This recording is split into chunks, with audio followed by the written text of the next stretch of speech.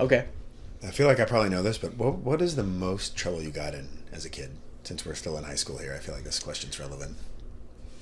I would normally be hesitant to answer this, except that I already have on previous episodes. I got caught with marijuana in my backpack, and I had to lay bricks outside of my mom's house for like several months. And you were only allowed to come to my house for band practice, and that was it. Which was a mercy.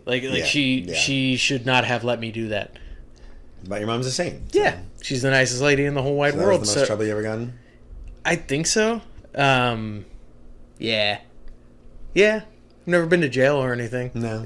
So most trouble I ever got in has to be like familial.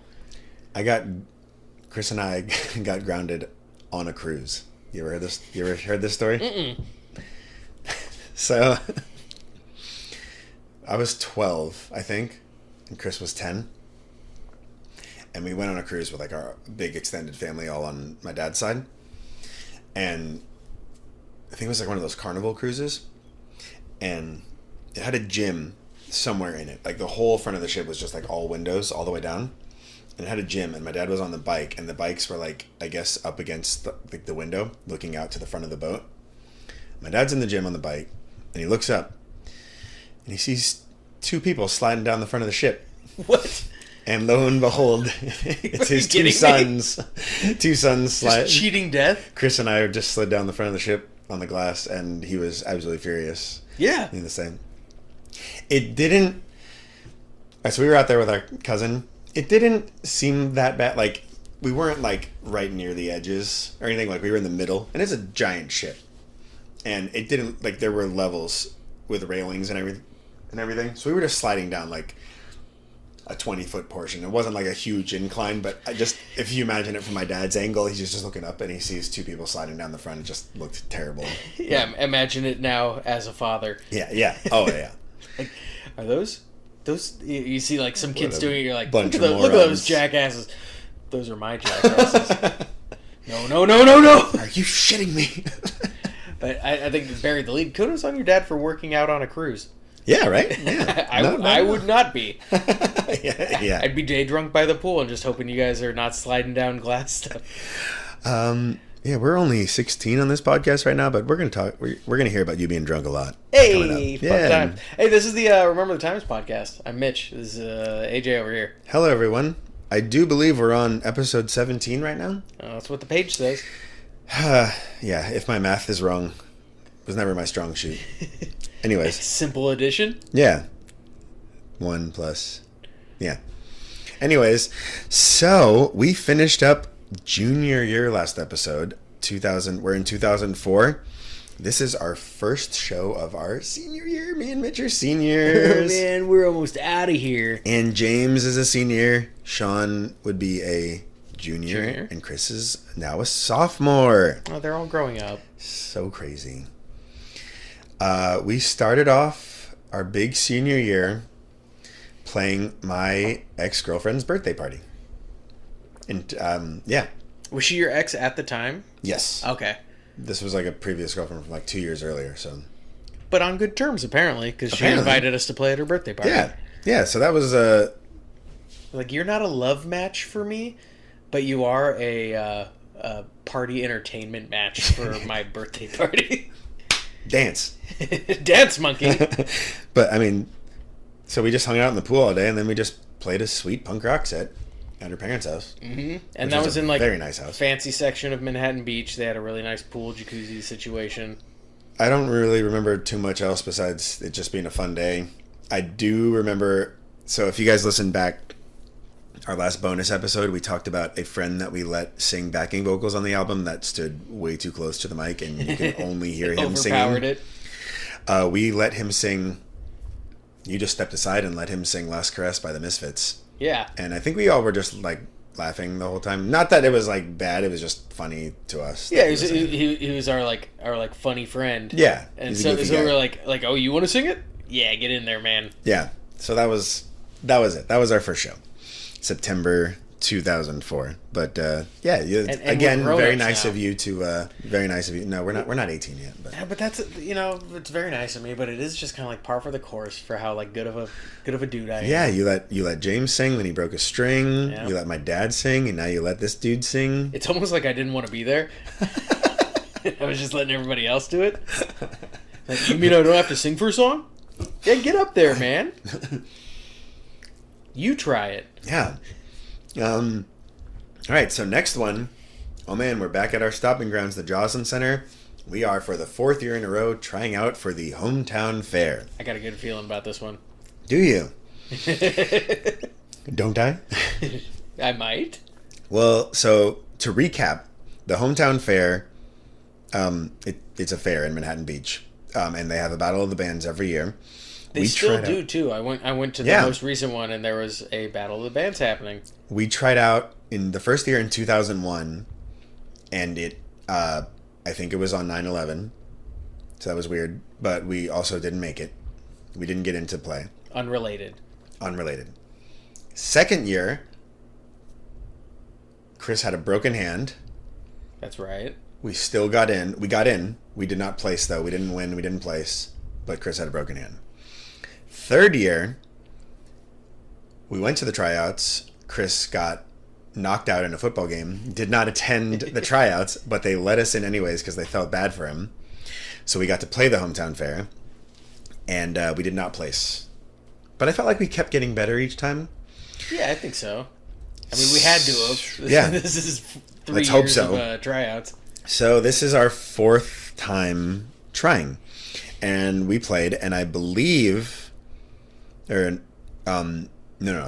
Allura tried out as well. OG to Allura tried out. So Chris tried out twice. And I think our friend's third party tried out. That sounds right. I remember them trying out for a hometown fair. I have a picture of the lead singer of third party and our friend John and Allura from that tryout. Hey, so there you go. He was at least there. Why would he be there if not to try out? Maybe to support his friends. No. Yeah, That's not. You don't do that for tryouts. No, yeah. But so I don't really remember anything about our tryout. I just remember watching Allura. They played Dig Up Her Bones by the Misfits. They played Torches by Rise Against. And I think that's it. The judges were very impressed with them, and we were all kind of like, I hope we get in over them. Bitch. I think they were mostly impressed that they all had like semi-long hair, like Beatles long, like when that was considered long, and they were all headbanging together. And I think that just looked cool. Yeah, like coordinated headbanging. Yeah. They're like, oh, these guys they actually worked on their act. Yeah. But I don't remember if third party got in, but Allura and SBNC both got into the hometown fair. We made it. We fucking did it. 3rd year in a row. And this one was not on a unconscious drummer technicality. So we made it in. Consolation entry. We made it in. Go us. That's show number 2. We're still in September. Actually, all 4 shows in this episode take place in September 2004. Oh. Yeah. Crazy, right? Yeah, look at that. Yeah. So moving along, this would be September 17th now, 2004. Taylor, the guitar player for OG Allura and who has been filling in for us, decided to have a big party in his parents' backyard, and we played his birthday party. Do you remember that at all? We play a lot of birthday parties. Apparently. Yeah. Not so much anymore. No, but it was kind of... I feel like we should have learned how to do like balloon animals or something. Yeah.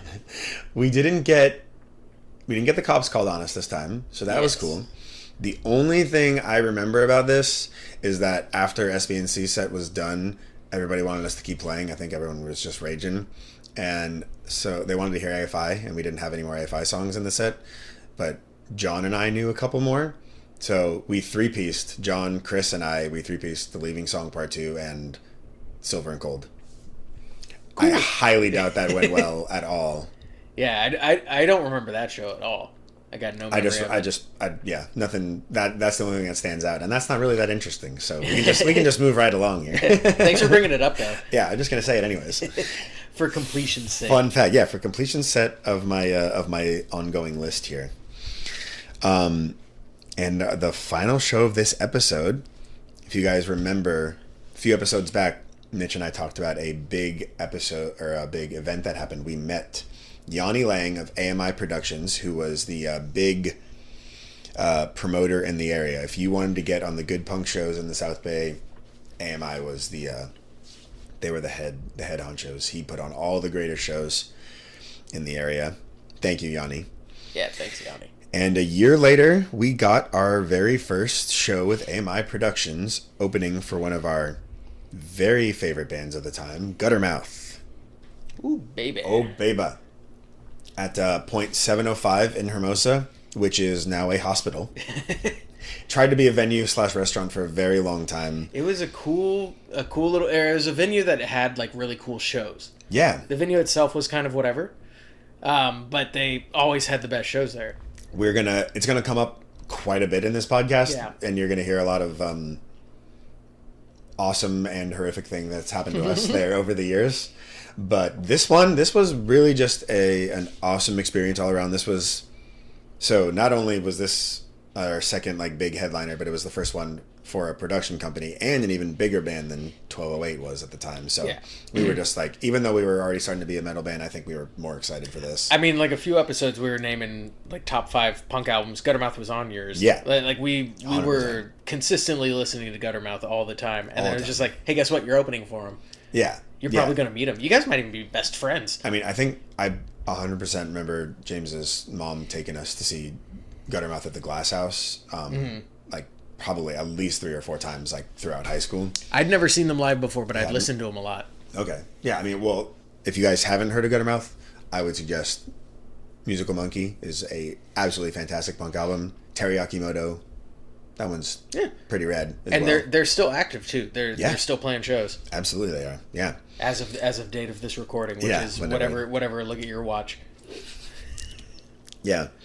But so this was a huge deal. This was 2 days after Taylor's birthday show. So this was September 19th, 2004. And I'm pretty sure it was sold out. And we, before the show started, we got there for load-in. I think this was one of our first times like actually having to load in at a certain time because Guttermouth had gotten to a level where shows, and just AMI and productions in general, actually had like legit shows and not just kids throwing it together. And they're like backlined and stuff. There was an actual what do you call that? Like there was a schedule to the day. Mm-hmm. And so you had to we had to get there early and load in all of our gear. And Sean and I ran into the Guttermouth singer. I don't know if you remember this. One of the times that we saw Guttermouth at the Glass House, the singer was wearing a blue dress the whole show. And that, I don't know, we remember that.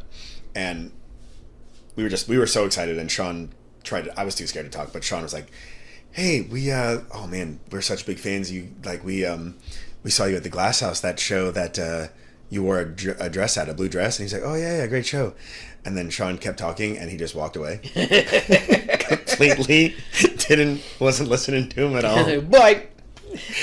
And Sean just had to stop mid-sentence, and I started crying from laughter. That is hurtful. Yeah. I don't know if that was on purpose or he just wasn't paying attention because he was getting... Good show. Like went to go do his stuff that he was there to do. But oh my god, that was so funny. That was so funny. Poor Sean. The show went really, really well. Our last demo that had come out about a year prior, I seemed to be getting all over the South Bay pretty good. I don't know if that was just for the what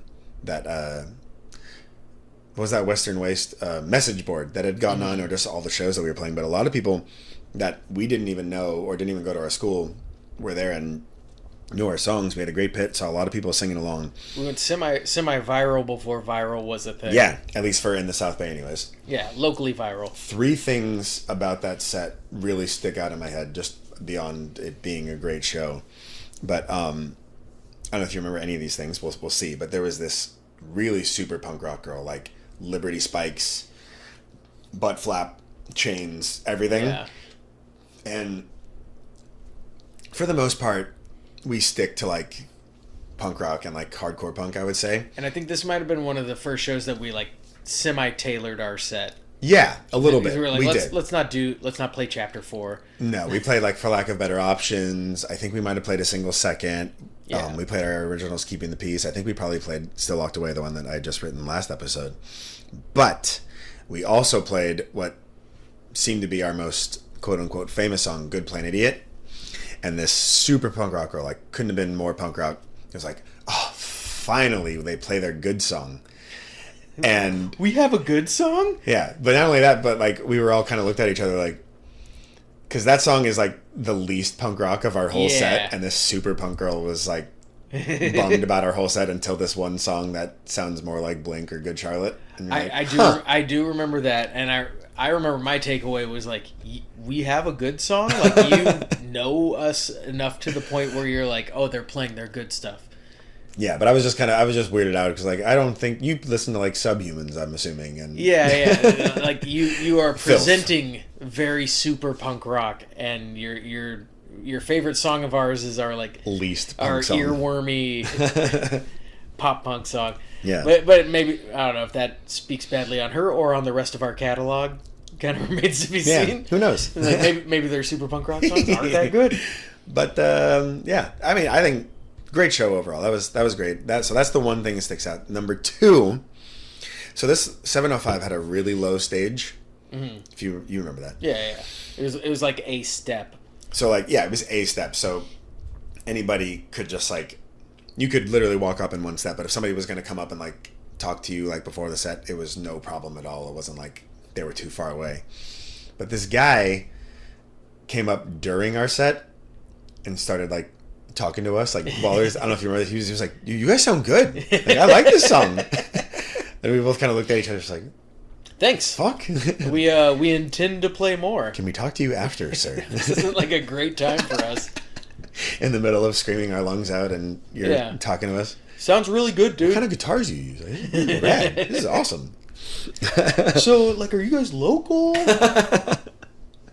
It's actually odd how many times that's happened to me over the years, but that was the first time I was like, what the fuck? I think people get drunk and then they lose all sense of place. Yeah. And like propriety and like what's actually happening around them. They're like, oh, I really like this band. I'm going to go tell them.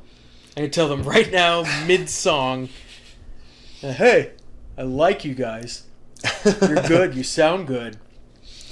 So that was number 2. That was odd. I remember that one as well cool. Because I think that was our first brush with a weird audience interaction. Yeah, that was definitely odd. Besides people telling us to play an encore when they really don't want us off the stage. At this point in my life, I was still pretty convinced that they wanted us to play an encore. yeah, not sure yet. And the third one, I think this was my favorite because this one actually made me laugh. There was a guy we were playing our original song "Keeping the Peace," and there was a blonde-haired fella with a mohawk that he hadn't put up. I just remember this guy. This sticks out in my head. This is what he looked like. Anyways, I saw him. I know it wasn't like we were playing to a couple hundred kids at all of our shows. Like I think we had one show that had people over 100 before this. Mm-hmm. And so this guy had never been to one of our shows, and he was very much like rocking out and singing along to Keeping the Peace. But then I looked at him more. I was like, oh shit, this guy knows our song. And then I looked at him more. He was just mouthing. He was singing along, but he did not know. He had no idea what was going on. I don't remember that one. Yeah. So, but yeah, he was just like. So I was like, I appreciate the support, but this is very odd. Got my hopes all up and stuff. Thought somebody knew our song. Yeah. Oh well. Kind of like a semi B-side song too. Yeah. Right. Yeah. But whoa, he knows like our deep catalog. We must really be. Nope, never mind. He's just on drugs. Oh, he's currently on a good one. But yeah, that's it. Those were only my memories of the show. You remember anything else about that one? No, I have memories of later 705 shows, but that didn't go well. Yes, but I remember this one specifically as like it felt very much like a jumping off, like oh shit, totally. like right? we're opening for Guttermouth and it went well. Yeah, and we were very pumped about it. And it was like walking distance from my mom's house. Yeah, there you go. I think I walked there, walked back. So that's convenient for me. Woo! Yeah, nice and easy. But yeah, so that was one of many AMI production shows for us. But that was our one with like our first like super strong headliner. And yeah, here we are. We're seniors. Oh my god, we're seniors. We're so grown up now. We're 17 right now, I think. Yeah, in this one. But yeah, so things are still going like this. Nothing super bad has happened yet. Yeah, we have only up to go for a while. Oh, sweet Jesus. James is still here. Things are going like this, and then you guys will see. Well, as soon as you mentioned 7:05, my whole body tensed up. Yeah. And yeah, it's gonna be good. I don't know how soon that one's coming up, but it's gonna get real bad. Yeah, I still have like panic sweat dreams about 7:05 on occasion. I can't wait to talk about that one. That's gonna be really cool. good. Can't wait to relive it. Do we have any more? Okay, so last one we did a British sign off. What are we doing here? Shit. I got nothing, man. There's an end of a Guttermouth song that says, "You stupid roller skater, get the fuck out of the way." Can that be a sign off? Doesn't really have anything to do with it. It could be whatever you want it to be, man. There's no roller skaters in this song, but I stand by that. Or in our house or anything. Yeah, that's true. But we really got to think about this. Nah, I kind of like having every episode dwindling off and kind of like I don't know, like and subscribe or whatever. I'd rather have a beer. I'd rather have a beer. All right. Well, bye everybody. We'll get you next time. Episode 17. We're done. We're done. It's in the books. Yeah. Bye.